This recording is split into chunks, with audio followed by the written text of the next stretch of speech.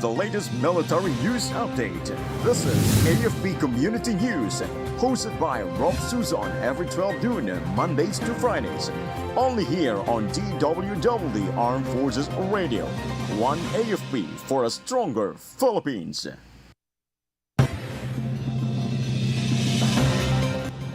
Army Chief bans unofficial reception rites after recruit's death. Philippine Navy deploys ship to check suspected Chinese rocket debris near Palawan. PBBM warns the international community against South China Sea inaccurate narratives. BSK registrants near 1 million according to COMELEC.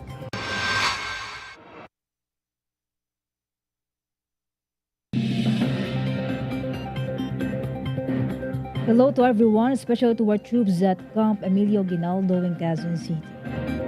Today's Thursday, August 7, and this is AFP Committee News, your source for the updates on the armed forces and other developments across the country. I am Ralph Susan Abay here to bring you today's stories. DWDD Armed Forces News. For the brief overview of our news, Philippine Army Chief Lieutenant General Antonio Navarrete ordered an immediate stop to all unofficial reception ceremonies for new soldiers following the death of an enlisted personnel. Private Charlie Patigayon, a 22-year-old recruit, collapsed during a physically demanding initiation at the 6th Infantry Battalion and later died from kidney failure. The Army confirmed that the rite was conducted without the knowledge of unit leadership and launched a formal investigation. Lieutenant General Navarrete emphasized the need to end these unwritten practices to prevent further loss of life. DWDD Armed Forces News. The Philippine Navy deployed a vessel off Palawan to inspect possible debris from China's Long March 12 rocket. It was according to West Philippine Sea spokesperson Rear Admiral Roy Vincent Trinidad. Moreover, National Security Advisor Eduardo Anyo said air and naval assets also joined the search to ensure no rocket fragments remain in the area. The government warned of risks to aircraft, ships, and people passing through the rocket's drop zone. Armed Forces Radio. On the other line, let us hear more from Shaira about Philippine Navy rescues disabled fishing boat off Zambales coast.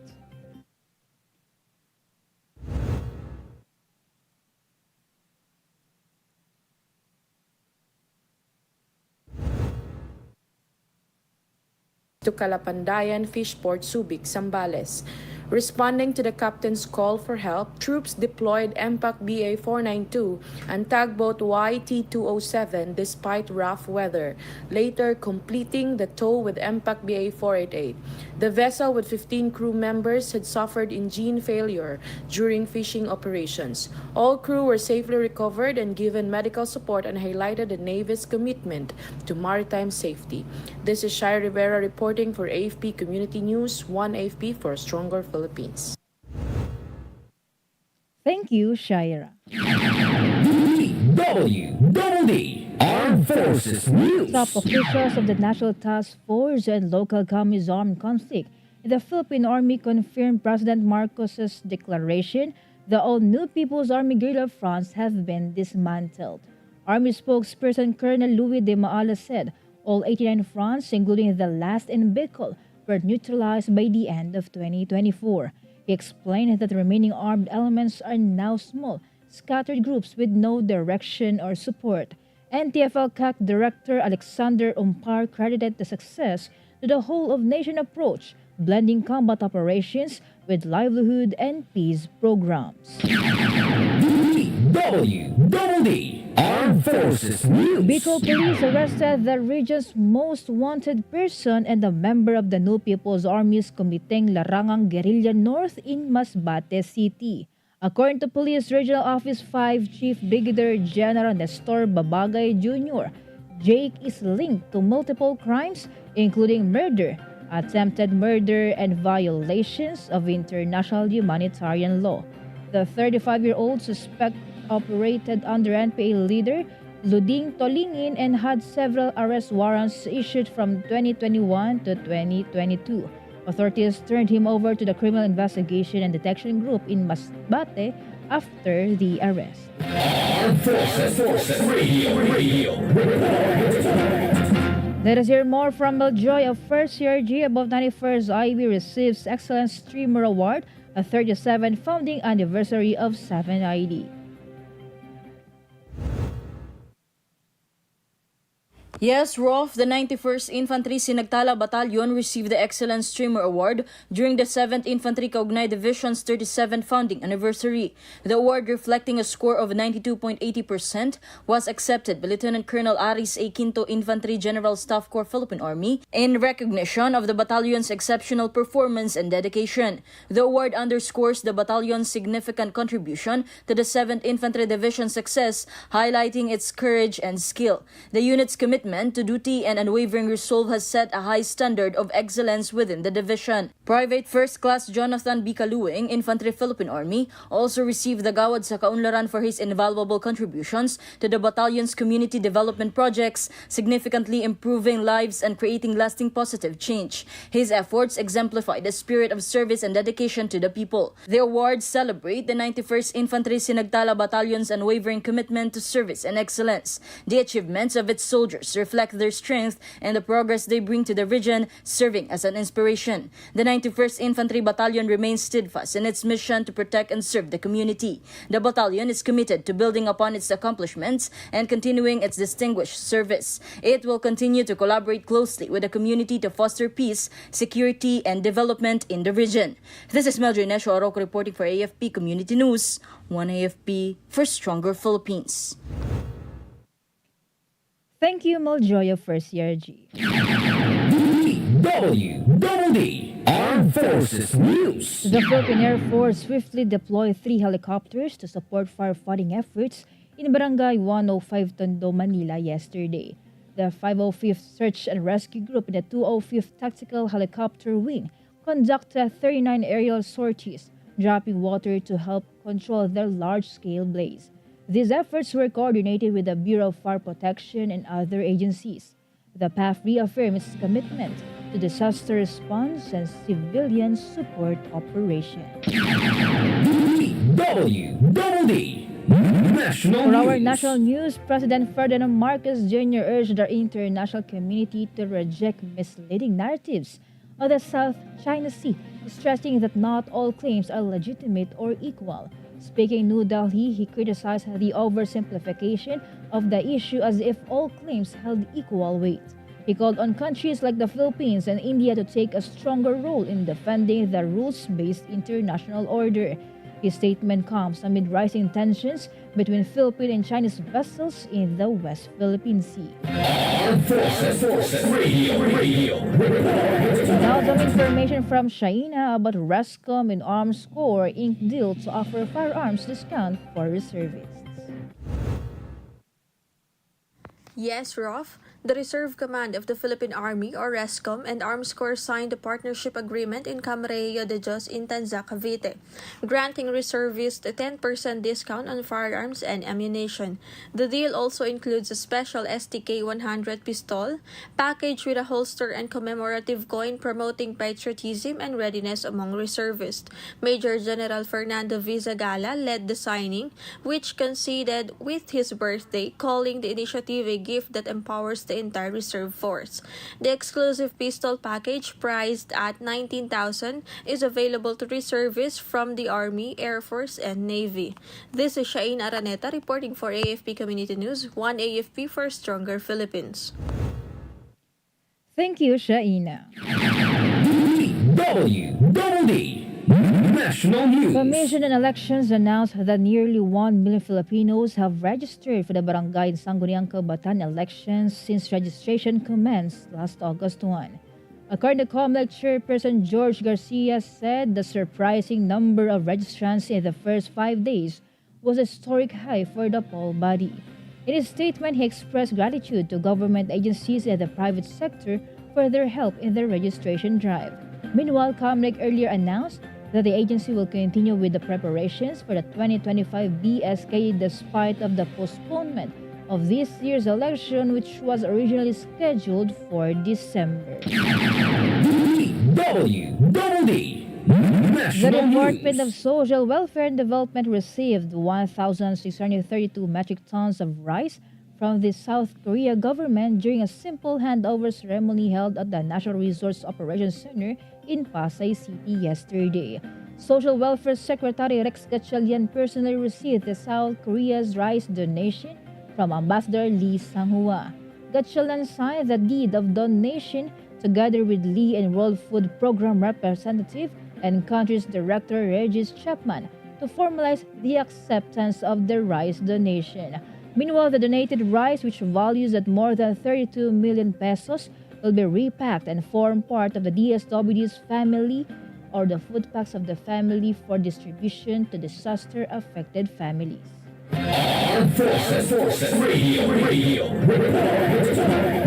Let us hear more updates from Spencer about Army officer and councilor discuss strengthening reservist force.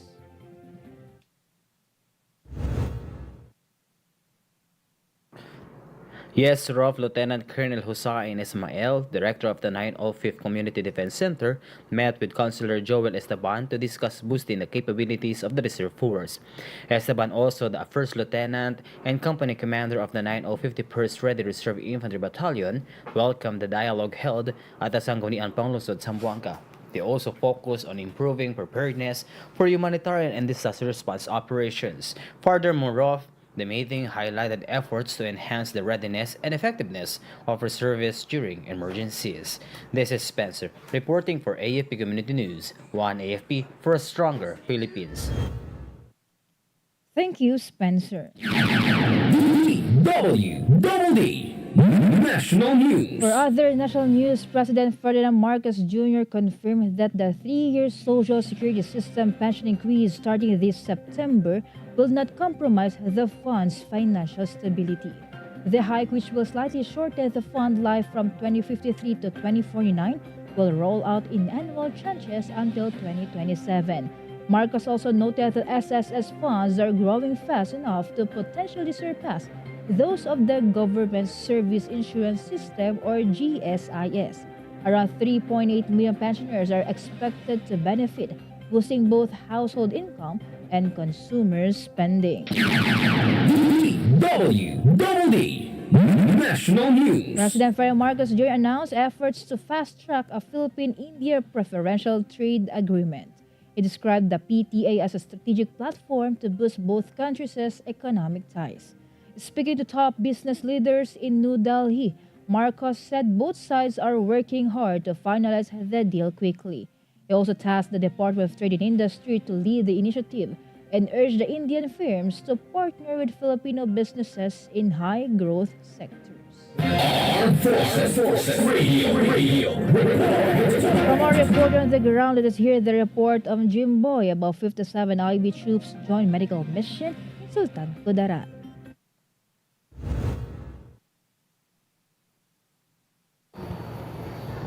Soldier from Charlie Company 57 Infantry Masikap Battalion joined a medical mission in Barangay Takisa, Libak, Sultan Kudarat. The activity was spearheaded by Vice Mayor Melchor B. Alarcon and the Sultan Kudarat Provincial Mobile Hospital team led by Dr. Florisa Monies. Troops assisted in providing medical support and service to residents. Their participation reflect the Army continued commitment to community outreach and public service. This is Jimboy reporting for AFP Community News, one AFP for a stronger Philippines. Thank you, Jimboy.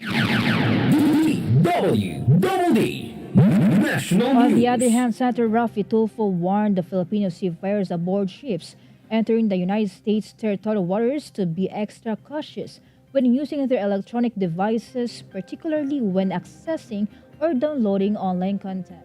This comes after 21 Filipino seafarers were reportedly accused by the U.S. Customs and Border Protection of accessing child pornography materials and were forcibly arrested during a raid on a cruise ship docked at the port of Norfolk in Virginia, then subsequently deported. Tulfo reminded seafarers that the U.S. maintains strict policies against child pornography and even simply viewing or clicking on prohibited material can be detected by CBP.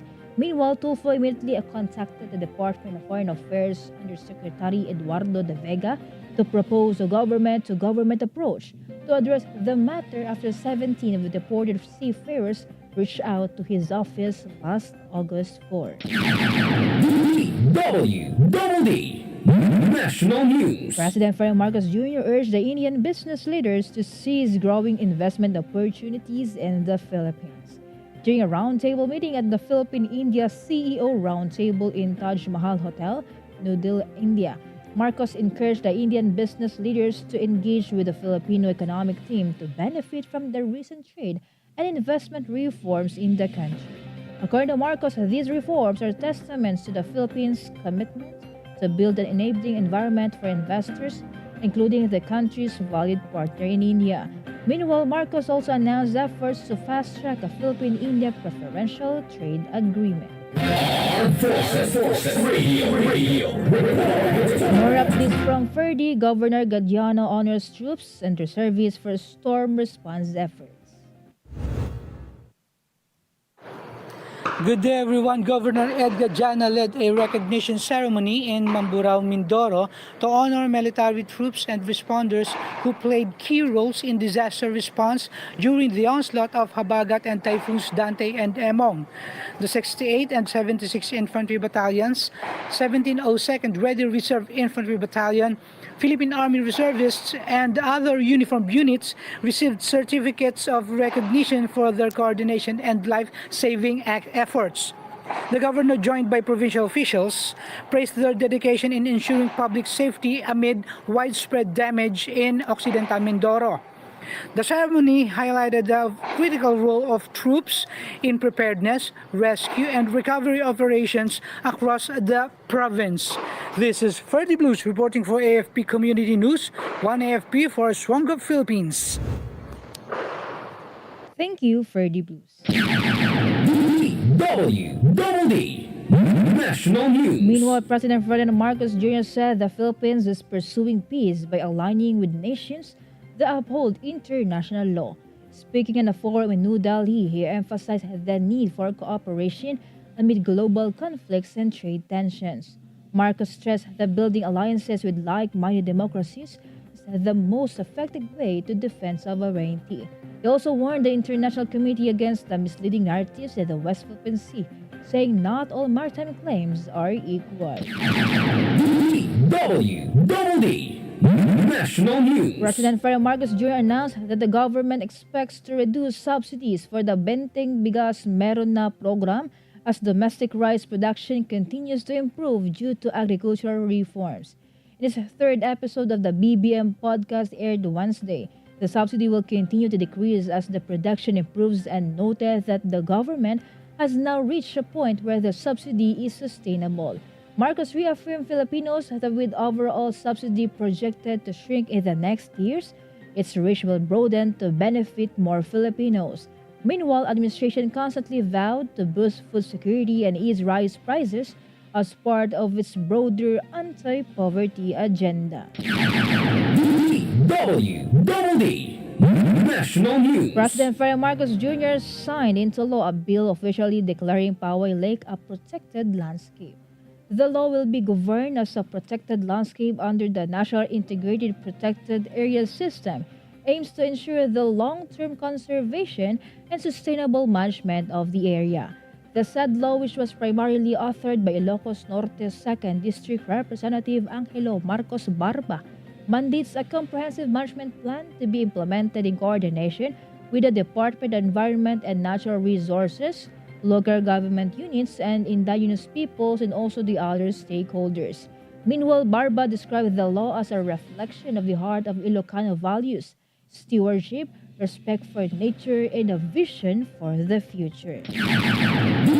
DWDD Armed Forces News. That concludes today's broadcast, and thank you for tuning in, especially to our audience on AFP Radio DWDD's Facebook page.